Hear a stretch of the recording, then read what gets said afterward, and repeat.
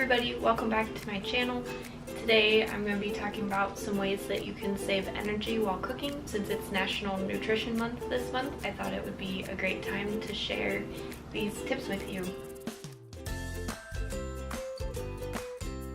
I have definitely struggled with cooking all throughout my initial diagnosis and the new period, and also now that I've been adapting to everything with chronic illness, I still struggle with it, but I have learned a lot of tips and tricks that I use to make it a lot easier on myself. And now for the most part, I can cook pretty much independently all of my meals, and I don't have any increased symptoms from it.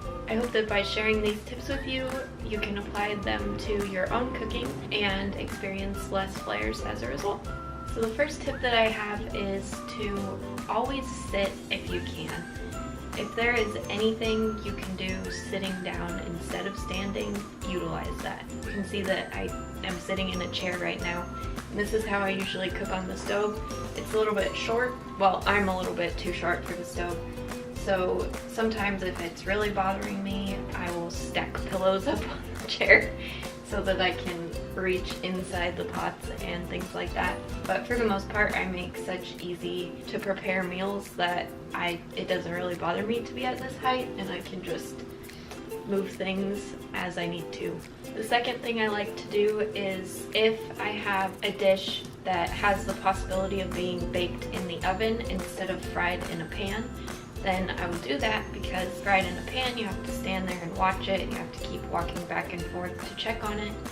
But if it's just something you can throw in the oven, you can just put it in there, set a timer, and get it out when it's done. The other thing that I like to use is a pressure cooker. If the oven isn't really a good option for you, or it's really hot in the summer and you don't want to heat your house up, I like to use a pressure cooker for pretty much the same thing. You can put all of your ingredients in one pot, set a button, and then take it out when it's done. And you don't have to do any stirring or chopping or anything like that. I also try to minimize the amount of dishes that I have left over. So if I have a side dish that I want to make and an entree or a main course, I try and plan them so that I can make them all in one pot, and that just cuts down on the amount of energy I spend later cleaning it up. Another thing I really like to use is tinfoil. Instead of baking things in dishes alone, I will line it with tinfoil so that I don't have to clean up later, and I can just either throw it in the trash or recycle it. And some things like potatoes or other vegetables, you can actually use the foil as your dish, and then you don't have to clean it later. Also, as much as I like intricate, fancy meals, it's just not feasible with my chronic illnesses. Spending an hour in the kitchen making one meal is not something that I want to do, just because I would rather spend my energy elsewhere. So I try and pick really simple recipes, try and keep it down to like 4 or 5 whole food ingredients. That also helps with my digestion, just keeping things as simple and unaltered as possible. Another thing I like to do is keep all of my similar ingredients in the same places. I usually use certain spices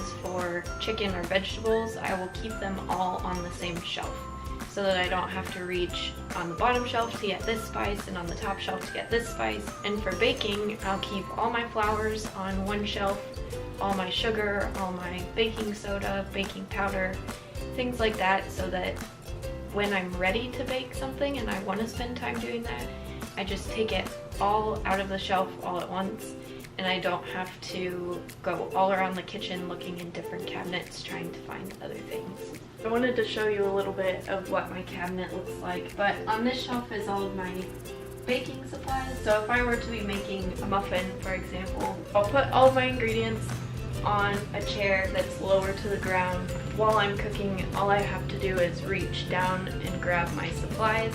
Getting everything on one level and minimizing the amount of lifting and carrying really helps me to conserve my energy. Then when I'm ready to put everything back, all I have to do is slide it over, and it's a lot easier and less effort than bending over or having to carry it all the way across the room. I'll also do this with my refrigerator and with weird to carry things like my almond milk or things like that when they're really full.